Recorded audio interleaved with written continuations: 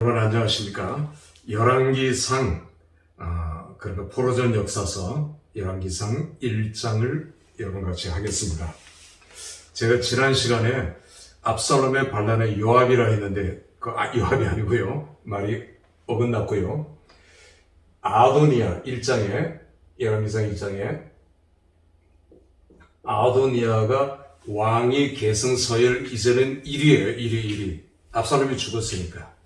그런데 아도니아가 성질이 급한 거예요. 이걸 좀 참지를 못하고 참았으면 됐을 텐데 이걸 참지 못하고 반란을 일으킵니다. 아비아다를 포섭하고 요압이 이때 나와요. 요압 장군. 한쪽에는 대장군이고 군대 장관이고 한쪽은 대제사장이에요. 그러니까 다윗이 노쇠하고 늙고 병드니까 이 요압이나 아비아달도 아도니아가 적정자로 보고 반란을 일으킨 거예요. 그럼 기다려야 됐었죠. 그런데 기다리지 못하고 반란을 일으킨 것입니다. 이 소식을 다윗이 듣고요. 다윗에게 선지자 갓이 있었고 나단이 있었고 그리고 사독이 있었죠. 사독은 제사장입니다. 밧세바가 이제 나단에게 요청해서 나단이 다윗에게 그걸 급하게 얘기했고 다윗이 자기가 평소에 기도하고 생각한 대로 솔로몬을 왕으로 세우죠. 그리고 기온 시냇가로 내려가게 해서 예루살렘 밑에 있는 거기서 선포를 해버립니다. 왕으로 선포를 빨리 해버리죠. 그러자 아도니아 옆에 있던 사람들이 다 도망가 버려요. 여기도 물론 마찬가지죠. 끝났다 이제. 반란 끝났다. 다 도망가 버렸어요.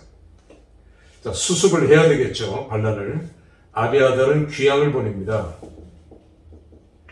그래서 예루살렘 바로 위에 아스돗이라는 곳에 귀양을 보내죠. 그래서 아비아달과 아비아달 친척 계열의 제사장들, 그 자식들, 후손들이 아스돗에서 제사장 마을을 이루고 살게 됩니다. 나중에 여기서 에레미야가 나와요. 에레미야가 이 사람들을 대표해서 선지자가 되죠. 제사장인데 선지자가 됩니다. 그리고 사독 계열이 대제사장이 되면서 다윗을 보좌하게 돼요. 그전에는 아비아달과 사독, 아비아달이 누굽니까? 다윗과 생사고락을 같이 했지만 다윗의 반대편에 반역에 섰죠. 그러나 아비아달은 죽일 수 없었고요.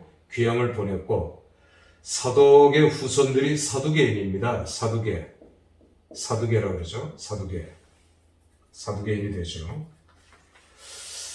자, 이렇게 예루살렘 요압은 성소로 들어가서 그 제단 뿔을 붙들고 아도니아 제단 뿔을 붙들고 요압은 나중에 그렇게 합니다만은 살려줍니다. 그래도 아도니아 한번 네 죄를 군대를 일으키지는 않았으니까 그래도 아도니아를 용서해 주죠. 그런데 다윗이 죽어요. 이제 연로해서 나이가 너무 많아서 죽습니다. 다윗이 죽고 난 후에 이 사람들이 한숨을 쉬었죠. 그런데 이 아도니아가 뜬금없이 밧세바에게 다윗의 동료, 그러니까 궁녀죠. 아비삭. 다윗이 아비삭을 귀하게 여겼어요. 동침은 하지 못했죠. 할 수가 없죠. 그러나 궁녀는 궁녀입니다. 후궁입니다. 아버지의 부인이에요. 그래도 후궁이니까. 그런데 아도니아가 밧세바에게 아비삭을 달라고 해요.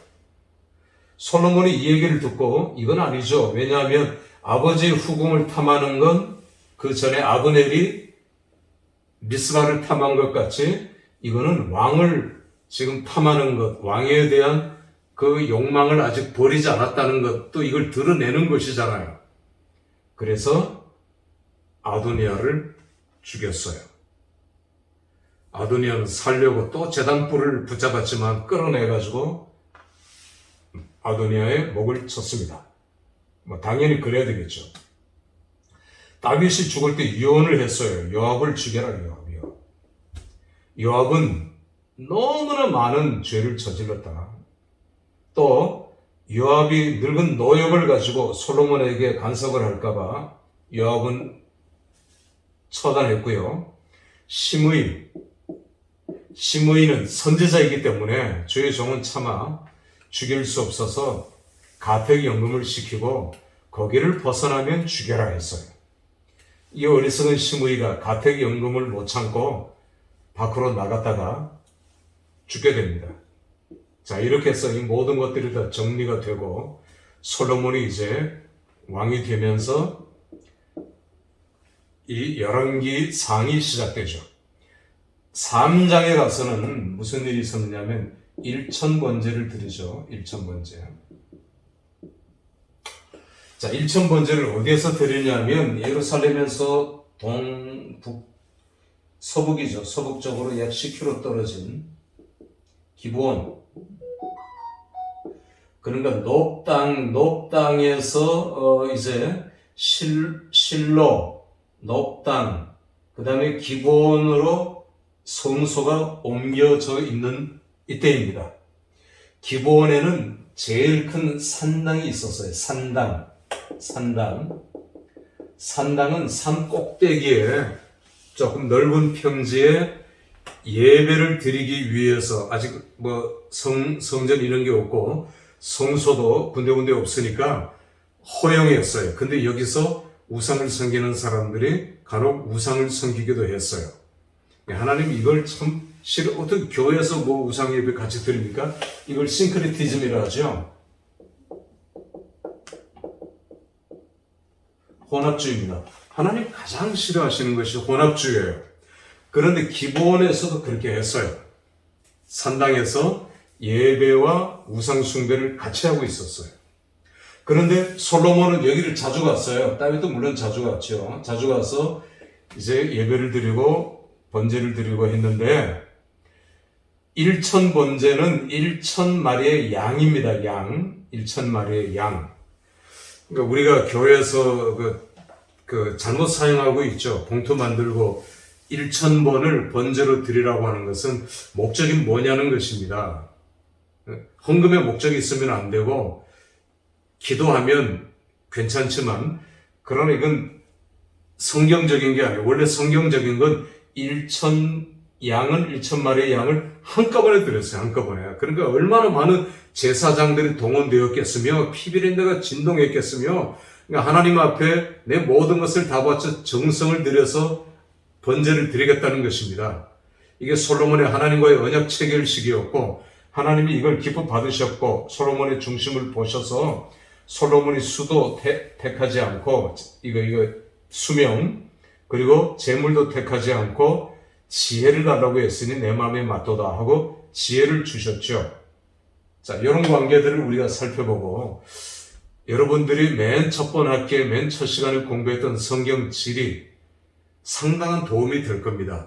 그리고 조금 더 자세하게 지금 보고 있잖아요. 그러니까 여러분들이 이걸 하나하나씩 찾아가면서 그때그때 기억하면 기억력이 그나마 조금 더 오래 갈 거예요. 그리고 몇 번 하다 보면은 이제 여기구나. 그래서 그냥 읽어버리면 기부하고 도대체 어디에 있나? 노비 도대체 어디에 있나? 수도선 도대체 어디에 있나? 다 거기 옆에 있는 거예요. 이거 굉장히 중요한 겁니다. 자, 1,000번제를 드렸던 솔로몬. 이렇게 열왕기상 3장은 이어지고 있고요. 그런데 이 1,000번제를 드릴 때 이 계속 보여주는 건 아도니아하고 아도나이의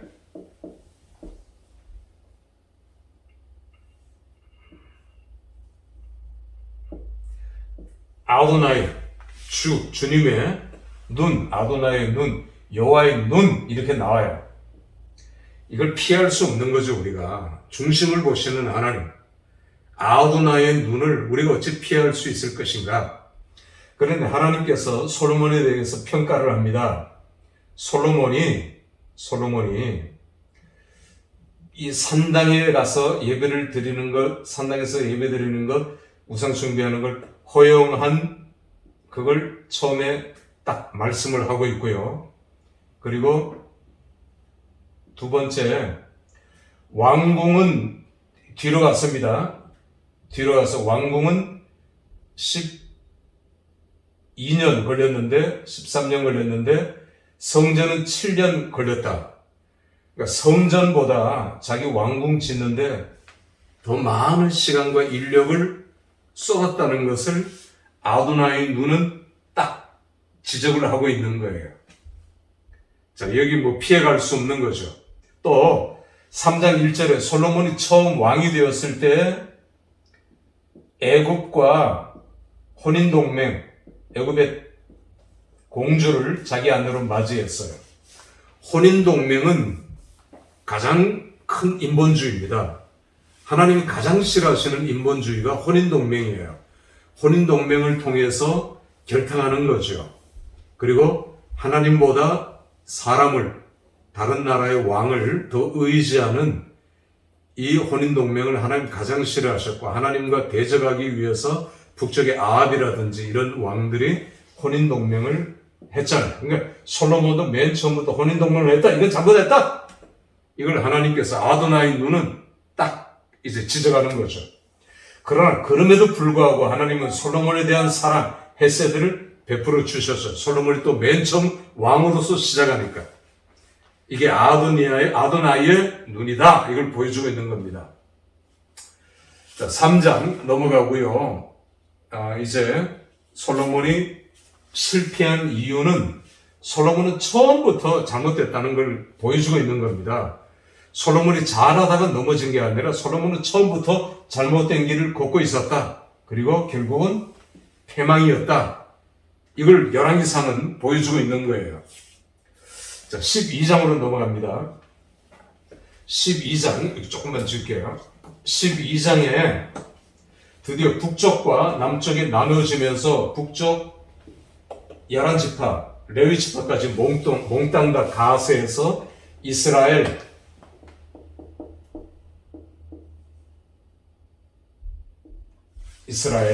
남쪽은 유다는 르호보암, 우리가 알듯이 여기는 여로보암이죠.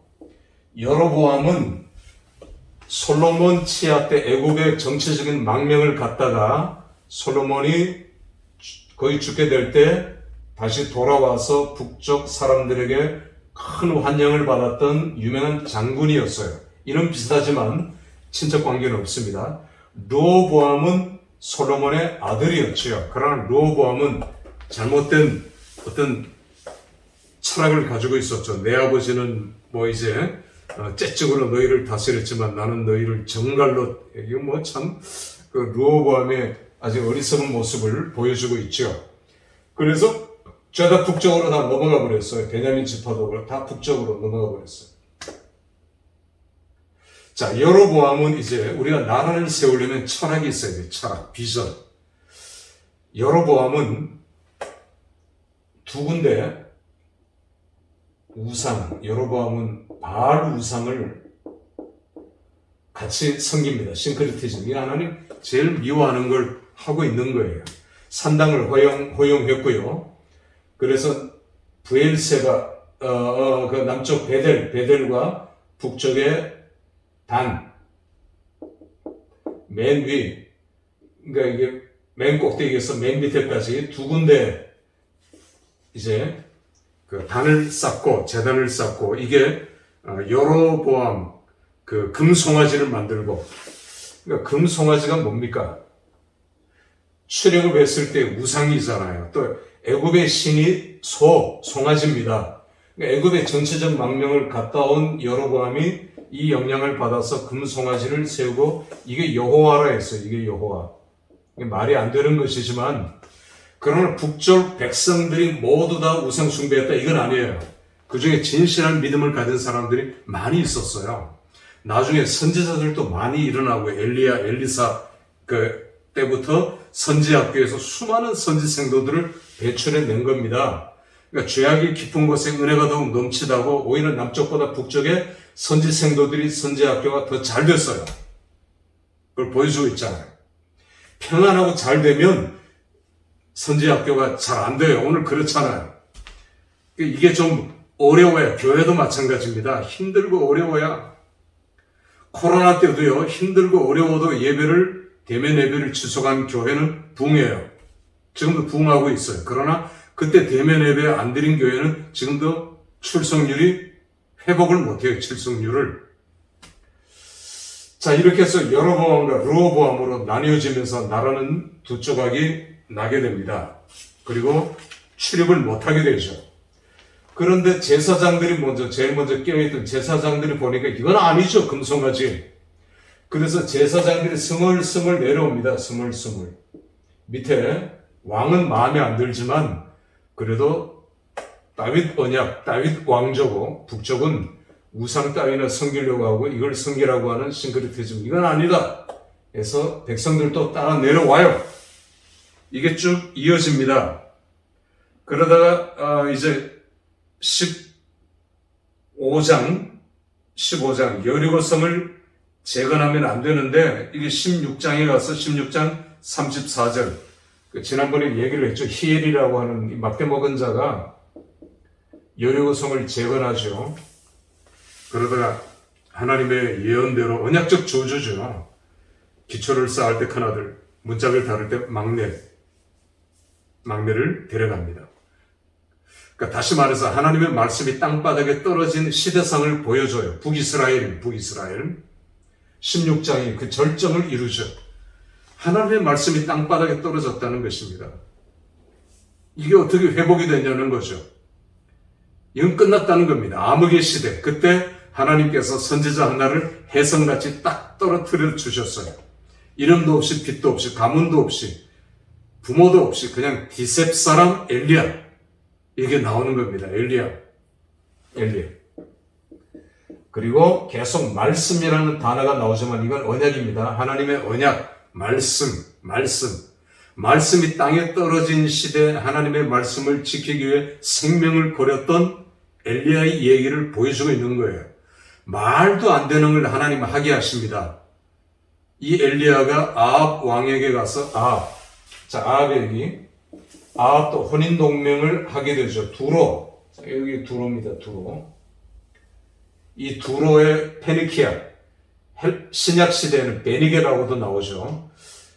알파벳에 만든 해상 왕국을 가지고 있었던 두로와 혼인동맹을 통해서 북이스라엘은 강력한 제국이 됩니다. 작은 나라들을 흡수하고요.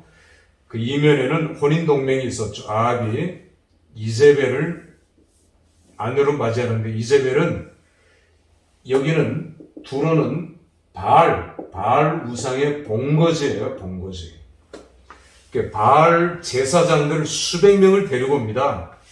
450명 이상 어마어마한 제사장들을 데리고 오면서 북이스라엘 전체를 이 바알 종교로 물들이게 해버려요. 이세벨이. 그런데 이 이세벨의 딸이 아달랴인데 남쪽에 우시아 왕이 북쪽에 아합 왕과 죄송합니다. 우시아가 아니고 여호사밧 왕이 여호사밧과 다시 또 혼인동맹을 맺어요. 혼인동맹. 아하시아, 자기 아들 아하시아하고 아달랴가 혼인동맹을 맺어요. 여기도 혼인동맹을 맺고요. 이렇게 해서 아하브 왕 때는 북쪽이 프랑스 요르단 지역을 장악하며 강력한 제국을 건설하고 여호사밧 때도 이쪽에 에일랏부터 무역로를 장악하면서 굉장한 부를 축적하고 강력한 제국이 됩니다. 둘 다 혼인동맹을 통해서 불가침 조약을 맺고 우리 싸우지 말자, 전쟁하지 말자. 그러나 하나님 가장 싫어하시는 것이 혼인동맹이라 했죠. 여러분 예수 그리스도의 족보, 예수 그리스도의 피 중에 이방 여인들의 피가 섞여 있죠. 근데 그건 아무것도 아니에요. 그걸 가지고 유대인들 중에도 지금도 그걸 거부하거나 부인하려고 하는 자들이 많잖아요. 인정하지 않으려고 않잖아요, 예수를. 그런데 한 걸음 더 나가서 예수 그리스도의 조상의 피 중에 이세벨의 피도 섞여 있고 아달랴의 피도 섞여 있다는 놀라운 이 얘기를 여러분들이 알고 있어야 돼요. 그러니까 여기에서 이제 이 아달랴는 다윗 언약을 누구 봐도 잘 알고 있죠. 그래서 아하시아와의 낳은 자기의 아들 손자 70명을 모조리 죽여요. 자기가 섭정을 하면서, 다시 말해서 다윗 언약을 잘 알고 있는 아달랴는 다윗 언약을, 자기가 왕이 되려고 하는 것도 있지만 다윗 언약을 완전히 말살시켜버림으로써 메시아가 오지 못하게 막으려고 하는 배후의 사탄의 음모를 우리는 알아야 되겠죠. 자, 그런데 여호야다 대제사장 여호야다가 자기의 이모부가 이 어린 아하스입니다. 아하스, 핏덩어리 아하스를 성전 안에다가 몰래 키워요. 6년 동안. 그리고 7년째 되던 해에 반란을 일으키죠. 여러분 이 얘기를 제가 지난번에 했으니까 그냥 넘어가겠습니다.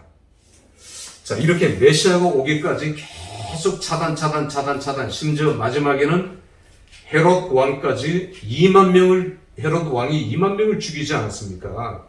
베들레헴 근교. 그렇게 차단했지만 메시아는 약속대로 오셨다고요. 그리고 약속대로 다시 오실 것입니다. 우리는 이걸 믿고 신앙생활을 해야 되고 사역을 해야 됩니다. 마치겠습니다.